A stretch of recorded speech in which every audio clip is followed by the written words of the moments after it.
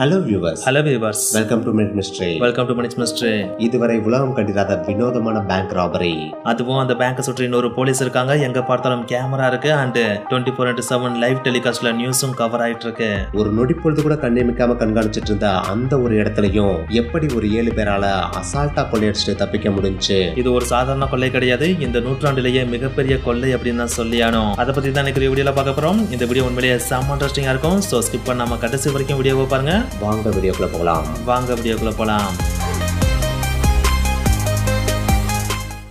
இது ஜனவரி 13, 2006 வருடம் மதியம் 12:38 மணி. அர்ஜென்டினால இருக்கிற ஒரு போலீஸ் ஸ்டேஷனுக்கு ஒரு போன் கால் வருது. அந்த போன் கால்ல சான் இசிட்ரோல இருக்கிற பேங்கர் ரியோ அப்படின்ற பேங்க்ல ஒரு மிகப்பெரிய கொள்ளை நடந்துட்டு இருக்குன்ற இன்ஃபர்மேஷனும் வருது. இந்த இன்ஃபர்மேஷன் வந்து அடுத்த செகண்டே அந்த பேங்கர் ரியோ பேங்கை சுற்றி பல போலீஸ்கார் வந்து நிக்குது. அது மட்டும் கிடையாது, அந்த பேங்க்ல இருந்து எந்தெந்த வழியெல்லாம் வெளியேற முடியுமோ அந்த எல்லா வழியையுமே போலீஸ் சுற்றி வளைக்கிறாங்க. கூடுதலா அந்த பேங்கை சுற்றி இருக்கிற சில கட்டிடங்கள்ல ஸ்னைப்பர்ஸ் ஹையர் பண்ணி அந்த பேங்க்ல இருக்கிற விண்டோஸ் வழியா ஏதாச்சும் ராபரர்ஸ் தெரியுறாங்களான்றத நுண்ணிப்பா நோட் பண்ணிட்டு இருக்காங்க. அந்த சமயத்துல அந்த பேங்குக்குள்ள இருந்து ஒரு மனிதன் தன்னுடைய கைகளை தலையில வச்ச மாதிரி வெளியே வராரு. அவர் வேற யாரும் கிடையாது, அந்த பேங்கோட ஒன்லி ஒன் செக்யூரிட்டி. அவர் பையில அவர் ரெகுலரா யூஸ் பண்ற கன்னோட புல்லட்ஸ் இருக்கு, ஆனா கையில கன் இல்ல. அவர் மெல்ல நகர்ந்து அங்க முன்னாடி இருக்க போலீஸ்ட வந்து, சார் அவசரப்பட்டு எதுவும் பண்ணிடாதீங்க, உள்ள ஹாஸ்டேஜஸ் இருக்காங்க, அது மட்டும் இல்ல உள்ள இருக்க எல்லா ராபர்ஸோட கையிலயுமே கன் இருக்கு அப்படின்றதையும் மென்ஷன் பண்றாரு. இவர் இதை மென்ஷன் பண்ண 10வது நிமிடத்துல அந்த பேங்க்ல இருந்து ஒரு யங் மேன் பயங்கர நர்வஸோட ஓடி வராரு. அந்த சமயத்துல அங்க இருந்த கண்கள் எல்லாமே அவரை தான் பார்த்துட்டு இருக்கு. ஆனா அதே சமயத்துல அந்த பேங்க்ல இருந்து இன்னொரு பெண்மணியும் நர்வஸோட வெளியே வராங்க. அவங்களுடைய நடுக்கத்துக்கும் ஒரு காரணம் இருக்கு. ஏன்னா அவங்களுடைய தலையில கன் வச்ச மாதிரி ஒரு ராபரும் கூடவே வர்றான். அவன் முகத்துல மாஸ்க் போட்டிருக்கான். இந்த பெண்மணியை வெளியே விட்ட அடுத்த செகண்டே அவன் திரும்பவும் பேங்க்குள்ளேயே போயிடுறான். வெளியில நடுக்கத்தோட வந்த பெண்மணி, பயங்கர நர்வஸா வந்த young man and security guard, இந்த 3 பேரையும் போலீஸ் என்கொயரி பண்ண ஆரம்பிக்கிறாங்க. அதுல அந்த 3 பேரும் உள்ள 5 கொள்ளைக்காரங்க இருக்காங்க. அவங்க எல்லாரோட முகத்திலுமே ஃபேஸ் மாஸ்க் போட்டிருக்காங்க அண்ட் அவங்க எல்லாரோட கைகளிலுமே கன் இருக்கு. அண்ட் அது மட்டும் இல்ல உள்ள 23 ஹாஸ்டேஜஸ் இருக்காங்க அப்படின்றதையும் மென்ஷன் பண்றாங்க. இந்த பக்கம் இந்த என்கொயரி நடந்துட்டு இருந்த அதே சமயத்துல அந்த பிளேஸை சுற்றி மக்கள் கூட்டம் அதிகமாக ஆரம்பிக்குது அண்ட் மீடியாஸோட ரஸ்னஸும் இன்க்ரீஸ் ஆக ஆரம்பிக்குது. அந்த சமயத்துல தான் உள்ள இருக்கிற ஒரு ராபரர் கிட்ட இருந்து போலீஸ் கிட்டுக்கு ஒரு வாக்கி டாக்கி கால் வருது. அதுல அந்த ராபரர் தன்னோட நேம வால்டர் அப்படின்றத மென்ஷன் பண்றான். இந்த நேம கேட்ட உடனே போலீஸ் ஆபீசர் கெஸ் பண்ணிட்டாரு, இது இவனோட உண்மையான நேமா இருக்கிறதுக்கு சான்ஸே இல்லை அப்படின்னு. இருந்தாலும் அவன் சொல்றத பொறுமையா கேட்கிறாரு. அந்த சமயத்துல வால்டர், நீங்க எங்களை சரவுண்ட் பண்ணிட்டீங்கன்னு எங்களுக்கு தெரியுது, எங்களால தப்பிக்க முடியாது அப்படின்றதையும் எங்களால உணர முடியுது. இருந்தாலும் நீங்க இந்த சமயத்துல எந்த ஒரு தப்பான மூவும் எடுக்க கூடாது. சப்போஸ் ஏதாச்சும் ஒரு மூவ் எடுத்தீங்க அப்படின்னா நீங்க மறுபடியும் நீங்க மட்டும் கிடையாது, இந்த அர்ஜென்டினா நாடே ரமல்ல மாதிரியான இன்சிடென்ட்டை பார்க்க நேரிடுன்னு வான் பண்றான். அது வரைக்கும் நிதானமா செயல்பட்டு இருந்த போலீஸ் ஆபீசர்ஸ் இந்த வேர்டை கேட்ட உடனே பதற ஆரம்பிக்கிறாங்க. இவங்களுடைய இந்த பதற்றத்துக்கு காரணம் வேற எதுவும் கிடையாது. 1999ல ரமல்லோன்ற டவுன்ல நடந்த இதே மாதிரியான ராபரி தான். அந்த ராபரியில ராபரர்ஸ் கொள்ளையடிச்சு தப்பிக்க முயற்சிக்கிறப்ப தான் கூடயே ஹாஸ்டேஜஸையும் கூட்டிட்டு வராங்க. அந்த சமயத்துல போலீஸ் நிதானமா செயல்படாம ராபரர்ஸை சுடுறதா நினைச்சு 2 ஹாஸ்டேஜஸை தவறுதலா சுட்டுறாங்க. அதுவும் இந்த ஹோல் இன்சிடென்ட்டுமே லைவ் டெலிகாஸ்டா டிவில ஒளிபரப்பாயிட்டு இருந்துச்சு. சோ போலீஸோட இந்த நிதானம் இல்லாத தவறுதலான செயல்பாடு அந்த சமயத்துல மக்கள்கிட்ட பயங்கர அதிருப்தியை கிரியேட் பண்ணுச்சு. அதனாலதான் இந்த வேர்டை கேட்டோடனே அதே மாதிரியான தவற மறுபடியும் பண்ணிடக்கூடாதுன்ற பதற்றம் இவங்களுக்கு உருவாக ஆரம்பிக்குது. ஏன்னா இந்த பேங்கை சுத்தி நூற்றுக்கணக்கான கேமராக்கள் இந்த இன்சிடென்ட்டை கண்காணிச்சிட்டு இருக்குன்றது அந்த வால்டர்ன்ற கிரிமினலுக்கு நல்லாவே தெரியுது. போலீஸை கான்டாக்ட் பண்ணி பேசின ராபரோட பேரு வால்டர் அப்படின்ற ஒரு டீடைல் எப்படியோ பிரஸுக்கு போகுது. அந்த நேம் பிரஸுக்கு போன அடுத்த 1 hour இந்த வால்டர்ன்ற நேம் தான் சூப்பர் ஸ்டார் நேம் மாதிரி பயங்கர ஃபேமஸா ப்ராப்ளம் அடைய ஆரம்பிக்குது. வெளி உலகம் தான் இவ்வளவு பரபரப்பா இருக்கே தவிர உள்ள இருக்கிற வால்டர் இவ்வளவு பரபரப்பா இருக்காரான்னு கேட்டா இல்ல அப்படின்னு தான் சொல்லியானோ. அவர் பயங்கர ஜாலியா என்ஜாய் பண்ணிட்டு இருக்காரு. அதுலயும் முக்கியமா இவங்க உள்ள போன உடனே அங்க இருக்கிற ஹாஸ்டேஜஸ் அண்ட் எம்ப்ளாயி எல்லாத்தையுமே போனை வாங்கி வச்சிருந்தாங்க. அதுல ஒரே ஒரு போன்ல மட்டும் அடுத்தடுத்து மெசேஜஸ் பாப்பப் ஆயிட்டே இருந்திருக்கு. இதை பார்த்த உடனே வால்டருக்கு கொஞ்சம் டவுட் ஆகி அந்த போன் எடுத்து செக் பண்ணி பாக்குறாரு. பார்த்தா அந்த போன்ல ஹாப்பி பர்த்டேன்ற மெசேஜ் தான் அவ்வளவு வந்திருக்கு. இதை பார்த்த உடனே இது யாரோட போன் அப்படின்னு கேட்கிறாரு. உடனே அங்க இருந்து ஒரு எம்ப்ளாயி கையை தூக்குறாங்க. கையை தூக்குன உடனே, ஏன் நீங்க இதை முன்னாடி என்கிட்ட சொல்லிருக்க கூடாதுன்னு சொல்லிட்டு பயங்கர பரபரப்பான அந்த ஒரு சிச்சுவேஷன்லயும் செம்ம ஜாலியா அந்த எம்ப்ளாயிக்கு ஹாப்பி பர்த்டேவும் கொண்டாடுறாரு. இந்த செலிப்ரேஷன் முடிந்து சரியா 3 மணி நேரம் கழித்து வால்டர் கிட்ட இருந்து மறுபடியும் போலீஸ்க்கு ஒரு வாக்கி டாக்கி கால் வருது. அதுல இங்க இருக்கிற ஹாஸ்டேஜஸ் அண்ட் எம்ப்ளாயிஸ் எல்லாருமே பயங்கர ஹங்கரியா இருக்காங்க. சோ பீஸ் ஆர்டர் பண்ணி எங்களுக்கு அனுப்புங்கன்னு சொல்லிட்டு அந்த காலை கட் பண்றாரு. இதுதான் போலீஸ்க்கும் வால்டர் கிடையில இருந்த கடைசி கம்யூனிகேஷன். அடுத்து வால்டர் கம்ப்ளீட் சைலண்ட் ஆயிடுறாரு. போலீஸும் அடுத்தடுத்து வால்டருக்கு கான்டாக்ட் பண்ண ட்ரை பண்றாங்க. ஆனா அவங்களோட முயற்சி ஃபெயில்ட்ல தான் முடியுது. இப்படியே 3 மணி நேரம் கழியுது. மணியும் இரவு 7 மணி ஆகுது. அந்த சமயத்துல பிரசிடண்ட் கவர்மெண்ட் சைட்ல இருந்து போலீஸ்க்கு செம்மையான பிரஷர் கிரியேட் ஆக ஆரம்பிக்குது. இதுக்கு மேலே நம்ம உள்ள போகாம இருந்தா எதுவுமே பண்ண முடியாதுன்னு சொல்லிட்டு வேற வழியே இல்லாம போலீஸ் அந்த பேங்க்குள்ள என்டர் ஆகுறாங்க. அந்த சமயத்துல அந்த பிளேஸ்ல இருந்த பீப்புள்ஸ் பிரஸ்ட் எல்லாரோட கான்சென்ட்ரேஷனும் அந்த பில்டிங்கோட சவுண்டு மேல தான் இருக்கு. ஏன்னா போலீஸ் உள்ள போனாலே கண்டிப்பா கன்சூட் நடக்கும்ன்றது அவங்களுடைய எதிர்பார்ப்பு. ஆனா அதற்கு அப்படியே கான்ட்ராஸ்டா அங்க போலீஸ் மேலேங்களே ஓடுற சவுண்டு தான் கேட்க ஆரம்பிக்குது. ஏன்னா அங்க ராபரர்ஸ் இருந்ததுக்குரிய எந்த ஒரு அடையாளமும் இல்ல. அது மட்டும் இல்ல, அங்க இருந்த ஹாஸ்டேஜஸோட எண்ணிக்கையும் கம்மியா இருக்கு. அவங்கள தான் போலீஸ் அங்க இங்கேயும் தேடிட்டு இருக்காங்க. அப்படி தேடுறப்பதான் ஹாஸ்டேஜஸ் 3 டிஃபரெண்டான பிளேஸ்ல பிரிச்சு வச்சிருக்கத கண்டுபிடிக்கிறாங்க. அதாவது first floor, ground floor, basement அப்படின்னு பிரிச்சு வச்சிருக்கத இவங்க கண்டுபிடிக்கிறாங்க. ஆனா அதற்குரிய காரணம் என்னன்னு இவங்களுக்கு தெரியல. இருந்தாலும் இவங்க என்ன ராபரி பண்ணிருக்காங்கன்றத அடுத்து சர்ச் பண்ண ஆரம்பிக்கிறாங்க. அப்படி சர்ச் பண்ணி பாக்குறப்ப ஃபர்ஸ்ட் ஃப்ளோர் அண்ட் கிரவுண்ட் ஃப்ளோர்ல இருந்த மணி அப்படியே தான் இருக்கு. என்னடா மணி எல்லாமே அப்படியே இருக்கு, அப்ப இவங்க என்னத்தை தான் கொள்ளையடிச்சாங்க அப்படின்னு பேஸ்மெண்ட்டுக்கு போறப்பதான் இவங்களுக்கே தெரியுது இவங்க கொள்ளையடிக்க வந்தது மணியே இல்ல, அந்த பேங்க்ல இருந்த சேஃப் டெபாசிட் பாக்ஸ்ல இருக்க திங்ஸ்ன்றது. என்னடா பேங்க்ல இருந்து இவ்வளவு மணியை விட்டுட்டு வெறும் சேஃப் டெபாசிட் பாக்ஸ்ல இருக்கிற பொருட்களை இவங்க கொள்ளையடிச்சிட்டு போயிருக்காங்கன்னு சொல்லிட்டு உங்களுக்கு டவுட் கிரியேட் ஆயிருக்கலாம். அதுக்கு ஒரு ரீசன் இருக்கு. ஏன்னா 2001 வருஷம் அர்ஜென்டினால கொராலிட்டோ அப்படின்ற ஒரு மிகப்பெரிய இன்சிடென்ட் நடந்துச்சு. அந்த இன்சிடென்ட்ல அர்ஜென்டினால இருந்த மெஜாரிட்டி ஆஃப் பேங்க் திவால் ஆயிருச்சு. அதாவது நீங்க போட்ட பணம் எல்லாமே திவால் ஆயிருச்சு, உங்களுக்கு எங்களால உங்களோட பணத்தை திருப்பி தர முடியாதுன்னு சொல்லிட்டு எல்லா பேங்குமே கைவிரிச்சிட்டாங்க. சோ இந்த ஒரு இன்சிடென்ட் மக்கள் மத்தியில பேங்க் மீதான அதிருப்தியை பயங்கரமா கிரியேட் பண்ணுது. சோ அந்த ஒரு இன்சிடென்ட்க்கு அப்புறம் அர்ஜென்டினால இருந்த மெஜாரிட்டி ஆஃப் மக்கள் பேங்க்ல மணி போடுறதுக்கு பதிலா சேஃப் டெபாசிட் பாக்ஸ்ல தன்னோட பொருட்களை வைக்க ஆரம்பிச்சாங்க.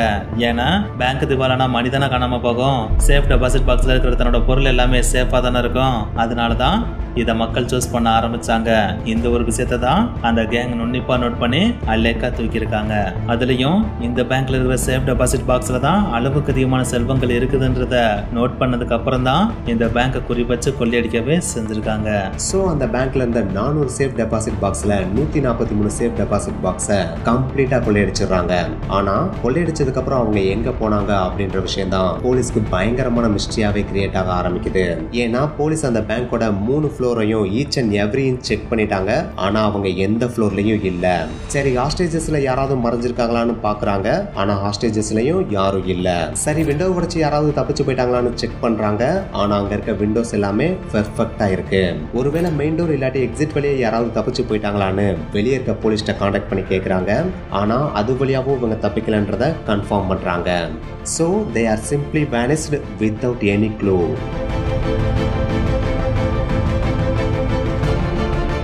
இந்த ஒரு சென்டென்ஸ் போலீஸுக்கு தான் பொருந்துமே தவிர அவங்களுக்கு பொருந்தாது.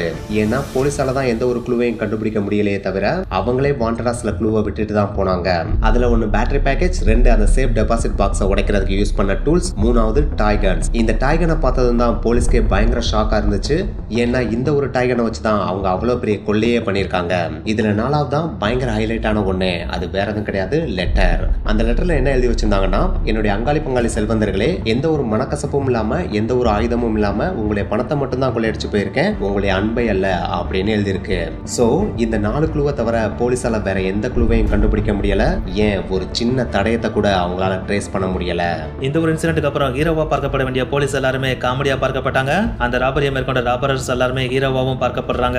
அது யாருக்குன்னா மீடியா அண்ட் பிரஸ் பீப்புள்ஸ்க்கு. அவங்க இந்த கொள்ளையர்களை ராபின்ஹுட்டோட கம்பேர் பண்ணி சில மீம்ஸும் கிரியேட் பண்ணாங்க. அதாவது ராபின்ஹுட் எப்பயுமே பணத்தை செல்வந்தர்களுக்கு அடிச்சுட்டு அதை ஏழைகளுக்கு தானே போய் பண்ணுவாரு, அதே மாதிரி தான் இவங்களும் பண்ணிருக்காங்க. ஆனா இங்க இருக்கிற ஒரே ஒரு ட்விஸ்ட் என்னன்னா, அவங்களே ஏழையா இருப்பாங்க போல, அதனால பணத்தை அடிச்சு அவங்களே வச்சுக்கிட்டாங்க. அது மட்டும் கிடையாது, ராபின்ஹுட் எப்பயுமே கொள்ளையடிக்கிறப்ப யாரையும் துன்புறுத்த மாட்டாரு, அதே மாதிரி தான் இவங்களும் யாரையுமே துன்புறுத்தலன்னு சொல்லிட்டு செம்ம காமெடியா பல மீம்ஸும் போட ஆரம்பிச்சாங்களாம். என்னதான் இவங்களை கலாச்சு பல மீம்ஸ் போட்டாலும் இவங்களை சில பேர் ஹீரோவா பார்த்தாலும் இந்த ஒரு கொள்ளையை எப்படி இவங்களால கொஞ்சம் கூட பிசுறு தட்டாம பெர்ஃபெக்டா அரங்கேற்ற முடிந்தது? இந்த ஒரு கொள்ளைக்கு பெர்ஃபெக்டா பிளான் போட்டு கொடுத்தது யாரு? அதாவது மாஸ்டர் மைண்டா செயல்பட்டது யாரு? அவர்தான் பெர்னாண்டோ அராயோ. என்னதான் பெர்னாண்டோ இந்த பிளானுக்கு மாஸ்டர் மைண்டா இருந்தாலும் இந்த மாஸ்டர் மைண்டுக்கு இன்னொரு மாஸ்டர் மைண்டு ஹெல்ப் பண்ணாரு. அவரோட பெயர் தான் போல்ஸ்டர். இவங்க ரெண்டு பேருமே பாத்தீங்கன்னா சின்ன வயசுல இருந்தே க்ளோஸ் ஃப்ரெண்டு. அதுவும் இவங்க பிறந்த இடம் அப்படின்னு பாத்தீங்கன்னா அர்ஜென்டினாவோட கேபிட்டலுக்கு வடக்கு திசையில இருக்கிற ஒரு டவுன்ல தான் பிறந்தாங்க. என்னதான் அவங்க க்ளோஸ் ஃப்ரெண்டா இருந்தாலும் இவங்களோட கேரக்டர் வைஸ் நீங்க பாத்தீங்கன்னா கம்ப்ளீட்டா ஆப்போசிட்டா கான்ட்ராஸ்டா இருப்பாங்க. இன்னும் கொஞ்சம் உங்களுக்கு புரியுற மாதிரி சொல்லணும் அப்படின்னா போல்ஸ்டர் பயங்கர டிசிப்ளின்டான ஒரு ஆளு, அதே நேரத்துல லீகல் சைடு பயங்கர ஸ்ட்ராங்கா இருப்பாப்ல. அதாவது சட்டவிரோதமா எந்த ஒரு விஷயத்தையும் செய்ய மாட்டாரு. அண்ட் அது மட்டும் கிடையாது, தான் உண்டு தான் வேலை உண்டு சொல்லிட்டு தன்னோட குடும்பத்தை மட்டுமே பார்த்துட்டு இருப்பாரு. ஆனா பெர்னாண்டோ அதுக்கு அப்படியே கான்ட்ராஸ்ட் ஆப்போசிட்டா. அவருக்கு லீகல் இல்லாட்டினா டிசிப்ளினா என்னன்னு தெரியாது. அவருக்கு சட்டனா ஏதாச்சும் ஒரு விஷயம் பிடிச்சிச்சு அப்படின்னா அந்த விஷயம் நல்லதோ கெட்டதோ லீகலோ இல்லீகலோ அதை கம்ப்ளீட்டா முழு மனசா இறங்கி பண்ண ஆரம்பிச்சிருவாரு. ஏன் காசு கிடைக்கணும்னா போதைப் பொருளான மாரிஜோனாவை கூட வளர்க்கறதுக்கு யோசிக்க மாட்டாரு. என்னதான் இவங்க ரெண்டு பேரோட கேரக்டர் பயங்கர டிஃபரெண்டா இருந்தாலும் இவங்க சின்ன வயசுல இருந்தே க்ளோஸ் ஃப்ரெண்ட்ஸ். அது மட்டும் கிடையாது, இந்த ராபரிக்கான விதை போட்டதே இந்த இரண்டு பேர் தான். இந்த ராபரிக்குரிய பிளான் ஆரிஜினேட் ஆனதே நம்ம மாஸ்டர் மைண்ட் பெர்னாண்டோட்ட இருந்து தான். அவர் ஒரு பொண்ணை லவ் பண்ணிட்டு இருந்தாரு. ஆனா அந்த பொண்ணு இவரை பாதிலேயே விட்டுட்டு போக இவர் பயங்கர சோகத்துல ஆழ்ந்துடுறாரு. அது மட்டும் இல்லாம வெளியுலக தொடர்புல இருந்து தன்னை முழுவதுமா துண்டிச்சுக்கிட்டு தன்னைத்தானே ஒரு ரூம்ல அடைச்சிட்டு வாழவும் ஆரம்பிக்கிறாரு. சோ பயங்கர சோகத்துல அந்த பெர்னாண்டோவுக்கு அந்த ரூம்ல இருந்த ஒரே ஒரு பொழுதுபோக்குனா டிவி மட்டும் தான். இப்படித்தான் ஒரு நாள் டிவி பார்த்துட்டு இருக்கப்ப அந்த டிவில ஒரு ராபரி மூவி ஓடிட்டு இருக்கு. அந்த ராபரி மூவியை பார்த்த உடனே நம்மளும் இந்த மாதிரி ராபரி பண்ணா எப்படி இருக்கும் அப்படின்னு யோசிக்க ஆரம்பிக்கிறாரு. இந்த ஒரு தாட்டு தான் பல நாள் ரூம்குள்ள அடைஞ்சு கிடந்த அவரை வெளியுலகுக்கு கொண்டு வரதோட மட்டும் இல்லாம அவருடைய க்ளோஸ் ஃப்ரெண்டான போல்ஸ்டரை மீட் பண்ண வைக்குது. ஏன் அவர் போல்ஸ்டரை மீட் பண்ண வராருன்னா போல்ஸ்டர் டெக்னிக்கலி அண்ட் மெக்கானிக்கலி பயங்கர நாலேஜ் உடையவர். அதாவது மெஷின்ஸ்குள்ள இருக்க பார்ட்ஸை மாத்தி போட்டு புது எக்ஸ்பெரிமெண்ட்ஸை உருவாக்குறதுல போல்ஸ்டர் பயங்கரமான எக்ஸ்பர்ட். சோ இவருடைய ஹெல்ப் இருந்தா பேங்க் ராபரின்றது சாதாரண ஒரு விஷயம்ன்றனால தான் பெர்னாண்டோ போல்ஸ்டரை மீட் பண்ண வராரு. ஆனா போல்ஸ்டருக்கு இதுல சுத்தமா விருப்பமே கிடையாது. ஏன்னா அவர் சட்டவிரோதமா எந்த ஒரு விஷயத்தையும் பண்ண மாட்டார் அப்படின்றத நம்ம முன்னாடியே பார்த்திருந்தோம் இல்லையா. இருந்தாலும் பெர்னாண்டோ அவர்கிட்ட எப்படியோ கெஞ்சி கதறி கூத்தாடி அவரை இந்த ஒரு பிளானுக்கு சம்மதிக்க வச்சிட்டாரு. இந்த ஒரு விஷயத்தை கேட்கறப்ப அது எப்படி அவரோட கேரக்டருக்கும் இந்த ஒரு பிளானுக்கு இவர் ஒத்துக்கிட்டதுக்கும் எங்கேயோ இடிக்குதுன்னு சொல்லிட்டு உங்களுக்கு டவுட் கிரியேட் ஆகலாம். ஆனா இவர் இந்த ஒரு பிளானுக்கு ஒத்துக்கிட்டதுக்கு ஒரு ரீசன் இருக்கு. அது வேற எதுவும் கிடையாது. ஆல்ரெடி நம்ம சொல்லியிருந்தோம் இல்லையா 2001 வருஷம் அர்ஜென்டினால மிகப்பெரிய பேங்க் திவால் நடந்துச்சு அப்படின்னு. அந்த திவால்ல இவங்க அப்பாவும் தாத்தாவும் பயங்கரமா அஃபெக்ட் ஆயிருந்தாங்க. அதாவது இவங்க வாழ்நாள் முழுக்க சேர்த்து வைத்த பணம் எல்லாத்தையுமே பேங்க்ல தான் போட்டு வச்சிருந்தாங்க. ஆனா பேங்க் திவால் ஆனதுல இவங்க பணம் கம்ப்ளீட்டா வேனிஷ் ஆயிருச்சு. அதனால இவங்க குடும்பமும் பயங்கரமா அஃபெக்ட் ஆச்சு. இந்த ஒரு வலி அண்ட் பேங்க் மேல இருந்த கோபம் தான் நல்லவரா இருந்த இவரையும் அந்த ஒரு பேங்க் ராபரிக்கு ஒத்துக்க வச்சுச்சு. என்னதான் இவர் இந்த ஒரு பேங்க் ராபரிக்கு ஒத்துக்கிட்டாலும் அதுலயும் சில டேர்ம்ஸ் அண்ட் கண்டிஷனை பெர்னாண்டோக்கு போட தான் செஞ்சாரு. அது வேற எதுவும் கிடையாது. நம்ம பேங்க் ராபரி பண்றப்ப அங்க இருக்கிற எம்ப்ளாயா இருந்தாலும் சரி, நம்ம பிடிக்கிற ஹாஸ்டேஜஸா இருந்தாலும் சரி, யாரையுமே எக்காரணத்தை கொண்டும் துன்புறுத்த கூடாது அப்படின்றதான் அந்த ஒரு கண்டிஷனு. பெர்னாண்டோக்கு இவரை விட்டா வேற வழி கிடையாது இல்லையா. சோ இவர் சொல்ற கண்டிஷனுக்கு ஒத்துக்கிட்டு அடுத்த கட்ட பிளானுக்கு மூவ் ஆறாங்க. அதுல முதல் பிளானே பேங்கை சூஸ் பண்றது. அதுக்காக இவங்க சான் இசிட்ரோல இருக்க பேங்கோரியோன்ற பேங்கையும் சூஸ் பண்றாங்க.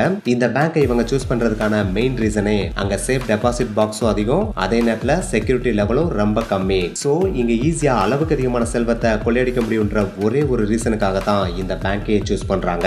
என்னதான் பேங்கை சூஸ் பண்ணிட்டாலும் எப்படி கொள்ளையடிக்க போறோம்ன்ற ஐடியா போல்ஸ்டருக்கு சுத்தமா இல்ல.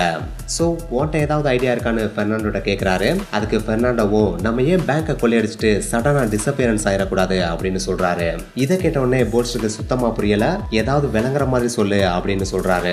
உடனே பெர்னாண்டோ ஏன் நம்ம கொள்ளையடிச்சதுக்கு அப்புறம் கிரவுண்டு கடியில ஓட்டையை போட்டு தப்பிக்க கூடாது அப்படின்னு கேக்குறாரு. அப்பதான் போல்ஸ்டருக்கு செம்மையான ஒரு ஐடியா ஸ்ட்ரைக் ஆகுது. ஆமல்ல நம்ம ஊர்ல தான் மழைநீர் வடிகால் குலைகள் நிறைய இருக்குல்ல, அதுல அந்த பேங்குக்கு நேரா போற கொலையா கண்டுபிடிச்சிட்டோம்னா அதுல ஓட்டையை போட்டு ஈஸியா பேங்கை கொள்ளையடிச்சிடலாம் அப்படின்னு பெர்னாண்டோட்ட சொல்றாரு. சோ இப்ப கொள்ளையடிக்கிறதுக்கான பேங்கையும் சூஸ் பண்ணிட்டாங்க. அந்த பேங்குக்குள்ள போயிட்டு எப்படி கொள்ளையடிக்க போறோம் அப்படின்ற வழியையும் சூஸ் பண்ணிட்டாங்க. அடுத்து உங்களுக்கு இருக்கிற ஒரு மிகப்பெரிய சேலஞ்சு அலாரம். அதாவது சேஃப் டெபாசிட் பாக்ஸ் இருக்கிற அந்த ஒரு ரூம்ல எப்பயுமே அலாரம் ஆன்ல தான் இருக்கும். சோ நம்ம அதுக்குள்ள போனா ஆட்டோமேட்டிக் அலாரம் அடிச்சு நம்ம மாட்டிக்கிறோம் இல்லையா அப்படின்ற கேள்வியை தான் நம்ம போல்ஸ்டர் பெர்னாண்டோட்ட கேட்கிறாரு. அதுக்கு பெர்னாண்டோ கொஞ்சம் கூட அலட்டிக்காம சிம்பிளா நம்ம என்ன நைட்டா கொள்ளையடிக்க போறோம், பகல்ல தானே கொள்ளையடிக்க போறோம், அப்புறம் எதுக்கு அதை பத்தி நீ யோசிக்கிறேன்னு சொல்லிட்டு பதில் சொல்றாரு. இதை கேட்ட உடனே போல்ஸ்டர் பயங்கரமா துருதுருன்னு முடிக்கிறாப்ல. அதை பார்த்த உடனே பெர்னாண்டோ ரொம்பலாம் முடிக்காத, மார்னிங் டைம்ல எப்பயுமே பேங்க்ல இந்த அலாரத்தை ஆன் பண்ணி வைக்க மாட்டாங்க. ஏன்னா கஸ்டமர் நிறைய வந்துட்டு போற டைம் இல்லையா, அந்த டைம்ல அலாரம் ஆன்ல இருந்துச்சுன்னா கஸ்டமருக்கு நிறைய டிஸ்டர்ப் ஆகும் அப்படின்றதுனாலயே பேங்க்ல மார்னிங்ல ஆஃப் பண்ணி தான் வச்சிருப்பாங்க. அந்த டைம்ல தான் நம்ம கொள்ளையடிக்கவே போறோம் அப்படின்னு சிம்பிளா பதில் சொல்றாரு. இதை கேட்ட உடனே போல்ஸ்டர் அதெல்லாம் ஓகே தான், நம்ம பட்ட பகல்ல போய் கொள்ளையடிக்க போறோம், அந்த டைம்ல அந்த பேங்க்ல இருக்கிற எம்ப்ளாயிஸ் அண்ட் அங்க இருக்கிற மக்களோட கான்சென்ட்ரேஷனை டைவர்ட் பண்றதுக்கு உங்ககிட்ட என்ன பிளான் இருக்கு அப்படின்னு சொல்லிட்டு கேட்கிறாரு. அதுக்கு பெர்னாண்டோ இவ்வளவு யோசனை இதை யோசிக்க மாட்டேனா அப்படின்னு சொல்லிட்டு நம்ம பண்ண போறது ஒரு ராபரி கிடையாது, 2 ராபரி. அதுல ஒன்னு ரியல், இன்னொன்னு ஃபேக் அப்படின்றாரு. இருக்காரு. பேக் ராபரி பண்ற நபர்கள் மேல ஃபர்ஸ்ட் ஃப்ளோர்ல என்டர் ஆயிருவாங்க. அவங்க என்டர் ஆன உடனே அந்த பேங்க்ல இருக்கிற எம்ப்ளாயிஸ், அங்க இருக்கிற கஸ்டமர்ஸ் அண்ட் வெளியில இருக்கிற போலீஸ், மீடியா, பிரஸ் எல்லாரோட கான்சென்ட்ரேஷனும் அந்த ஃபர்ஸ்ட் ஃப்ளோர் மேல தான் இருக்கும். அதாவது அங்கதான் கொள்ளை நடந்துட்டு இருக்குன்ற கான்சென்ட்ரேஷன் இருக்கும். ஆனா அந்த டைம்ல நம்மளுக்கு சீக்கிரட்டா பேஸ்மெண்ட்ல ரியல் ராபரிய அரங்கேற்றணும் அப்படின்னு செம்மையா பதில் சொல்றாரு. இதை கேட்ட உடனே போல்ஸ்டர் வேற லெவல்ல இன்ஸ்பயர் ஆயிடுறாரு. இப்போ இவங்களோட அடுத்த மூவ் க்ரூவை ஃபார்ம் பண்றதுதான். அதுக்காக இவங்க எக்ஸ்பீரியன்ஸான ராபர்ஸை தேட ஆரம்பிக்கிறாங்க. அப்படி தேடினதுல முதல் 2 பேரை பிடிக்கிறாங்க. அதுல ஒருத்தர் பேரு டாக், இன்னொருத்தர் பேர் பீட்டோ. இவங்க 2 பேரும் ஆயுதங்களை வச்சு கொள்ளையடிக்கிறதுல பயங்கரமான எக்ஸ்பர்ட்ஸ். அதுக்காக இவங்களுக்கு சூப்பர் பாண்டான்ற பட்ட பேரை கொடுத்திருக்காங்க. அடுத்து கொள்ளையடிச்சிட்டு வெளியே வந்ததுக்கு அப்புறம் வேன் ஓட்டிட்டு போறதுக்கு ஒரு டிரைவர் வேணும் இல்லையா, அதுக்காக ஒரு கெட்டவே டிரைவரையும் பிடிக்கிறாங்க. சோ இப்ப டீம்ல 5 பேர் இருக்காங்க. ஆனா இந்த பிளான் எல்லாத்தையும் நிறைவேற்றுறதுக்கு மணி ரொம்ப நீடட். சோ அதுக்காக ஒரு ஃபைனான்சியரையும் தேடுறாங்க. அப்படி தேடுறப்பதான் ரிட்டையர்டான திருடனான லூயிஸ் மரியோன்ற ஃபைனான்சியரும் கிடைக்கிறாரு. கிடைக்கிறதோட மட்டும் இல்லாம அவர் இந்த ப்ராஜெக்டுக்காக கிட்டத்தட்ட 1 லாக் அமெரிக்கன் டாலரை இன்வெஸ்ட் பண்ணவும் செய்யறாரு. அண்ட் இந்த டீம் இதோட முடியல. லாஸ்டா ஒருத்தர் வந்து ஜாயின் பண்றாரு. அவர் பேர் தான் விட்டட். இவர் தான் இனிஷியல்ல போலீஸ்ட நெகோசியேட் பண்ண வால்டன்ற கேரக்டர். சோ இப்போ கம்ப்ளீட்டா டீம் ஃபார்ம் ஆயிடுச்சு. அடுத்த கட்ட வேலை கொள்ளையடிக்கிறதுக்கான ரிகர்சல் ஸ்டார்ட் பண்றதானே. அதற்கான முதல் வேலை அந்த சேஃப் டெபாசிட் பாக்ஸ் எப்படி இருக்குன்ற டீடைல் தெரிஞ்சா மட்டும்தான் அதை ஓபன் பண்ண முடியும் இல்லையா. அதுக்காக போல்ஸ்டர் பேங்கரியோட இன்னொரு பிரான்ச்ல போயிட்டு அக்கௌண்ட் ஓபன் பண்ணி அங்க போய் சேஃப் டெபாசிட் பாக்ஸ்ல ஒரு பொருளை வைக்கிற மாதிரி வச்சு அந்த பாக்ஸோட கம்ப்ளீட் டீடைலை கலெக்ட் பண்றாரு. அண்ட் அதே நேரத்துல அந்த பாக்ஸை மேனுஃபேக்சர் பண்ற கம்பெனியையும் நோட் பண்ணிட்டு வர்றாரு. நோட் பண்ணிட்டு வரதோட மட்டும் இல்லாம அந்த கம்பெனிலே போய் அதே மாதிரியான சாம்பிள்ல இன்னொரு பாக்ஸையும் செஞ்சும் வாங்கிட்டு வர்றாரு. அதுக்கப்புறம் என்ன, அதை எப்படி திறக்கிறதுன்ற முயற்சிகள்ல ஈடுபட ஆரம்பிக்கிறாரு. ஒரு பக்கம் இந்த ஒரு வேலை போயிட்டு இருந்த அதே சமயத்துல இன்னொரு பக்கம் நம்ம கொள்ளையடிச்சிட்டு வர பொருட்கள் அளவுக்கு அதிகமா இருக்கும் இல்லையா. சோ அந்த பொருட்கள் எல்லாத்தையுமே நம்ம மழைநீர் வடிகால்ல தூக்கிட்டு வரதுன்றது ரொம்ப கஷ்டமான விஷயம். அதுக்கு நம்ம ஆல்டர்னேட் வேயை கண்டுபிடிக்கணும்னு யோசிச்சு ஒரு ஐடியாவையும் திங்க் பண்றாங்க. அதுதான் படகு. ஏன்னா அந்த மழைநீர் வடிகால் குழாயில கொஞ்சம் கொஞ்சம் தண்ணி எப்பயுமே இருக்கும். அது கூட சேர்த்து இன்னும் கொஞ்சம் தண்ணியை நம்மளால சேகரிக்க முடிந்தால் நம்மளால ஈஸியா அந்த தண்ணியில போட்டை வச்சு தப்பிச்சிட முடியும்ன்றதுனால அந்த குழாய்க்குள்ளேயே அங்கன சின்ன சின்ன திட்டுகளை ஏற்படுத்தி வர்ற தண்ணியை ரொம்ப வடிஞ்சு ஓடாம சேகரிக்கவும் ஆரம்பிக்கிறாங்க. சோ இப்ப பிளான பக்காவா போட்டு முடிச்சாச்சு. அடுத்தது என்ன, எக்ஸிக்யூட் பண்றதுதான். அதுக்குரிய நாளும் வருது. அன்னைக்கு மார்னிங் இந்த 7 பேரும் காபி ஷாப்ல ஒன்னா உட்காந்து ஹாயா காபி குடிச்சிட்டு இருக்காங்க. என்னடா கொள்ளையடிக்க போறவங்க ஹாயா உட்காந்து காபி குடிச்சிட்டு இருக்காங்க அப்படின்னு நீங்க கேட்கலாம். ஆனா எப்பயுமே கொள்ளையடிக்கிறவங்க மார்னிங்ல காபி குடிக்கிறது ஐதீகம். அதனாலதான் காபி குடிச்சிட்டு இருக்காங்க. காபி குடிச்சு முடிச்சதும் 7 பேரும் தனித்தனியா பிரிய ஆரம்பிக்கிறாங்க. அதுல முதல்ல போல்ஸ்டர் மழைநீர் வடிகால் குழாயில இறங்க ஆரம்பிக்கிறாரு. அடுத்ததா கொள்ளையடிச்சிட்டு வந்ததுக்கு அப்புறம் தப்பிக்கிறதுக்கு உதவுற வேன் டிரைவர் இருக்காரு பாத்தீங்களா, அவர் ஏற்கனவே பிக்ஸ் பண்ண பிளேஸ்ல வேனை வச்சுட்டு வெயிட் பண்ண ஆரம்பிக்கிறாரு. அடுத்தது டாக்கும் பீட்டோவும் பேங்கை நோக்கி போக ஆரம்பிக்கிறாங்க. என்னதான் இவங்க 3ஆவதா பிரிஞ்சு வந்தாலும் இவங்க தான் ஃபர்ஸ்டா பேங்குக்குள்ள என்டர் ஆக போறாங்க. அதுவும் ஃப்ரண்ட் டோர் வழியா என்டர் ஆக போறாங்க. அடுத்து 4ஆவதா பெர்னாண்டோ வேகமா ஒரு காரை ஓட்டிட்டு வந்து பேங்குக்கு பக்கத்துல நிப்பாட்டிட்டு மாஸ்க போட்டு இறங்கி பேங்குக்குள்ள போறாரு. சோ இந்த காரை பாக்குற மக்கள் எல்லாருக்குமே இவங்க இந்த கார்ல ஏறி தான் தப்பிக்க போறாங்க அப்படின்ற ஒரு பிம்பம் உருவாகுது. அடுத்து ஃபைனலா ஃபைனான்சியர் லூயிஸ் விட்டட்டும் பேங்க்கு கீழே இருக்க கரேஜ்ல ஒரு காரை வந்து நிப்பாட்டுறாங்க. இந்த காரும் வெளியே பெர்னாண்டோ நிப்பாட்டின கார் மாதிரியே திருடின கார் தான். இதுவும் போலீஸோட கான்சென்ட்ரேஷன் டைவர்ட் பண்றதுக்கான ஒரு யுக்தி தான். ஃபைனலா இவங்க 2 பேரும் மாஸ்க போட்டுட்டு பேங்குக்குள்ள என்டர் ஆகுறாங்க. இவங்க 2 பேரும் பேங்குக்குள்ள என்டர் ஆகிறதுக்கு முன்னாடியே டாக்கு, பீட்டோ, பெர்னாண்டோ 3 பேருமே அந்த பேங்குக்குள்ள இருக்கிற எம்ப்ளாயிஸ் அண்ட் கஸ்டமர்ஸ் எல்லாருமே ஹாஸ்டேஜஸா பிடிச்சு வச்சிருக்காங்க. இப்போ பேங்குக்குள்ள 5 பேர் இருக்காங்க.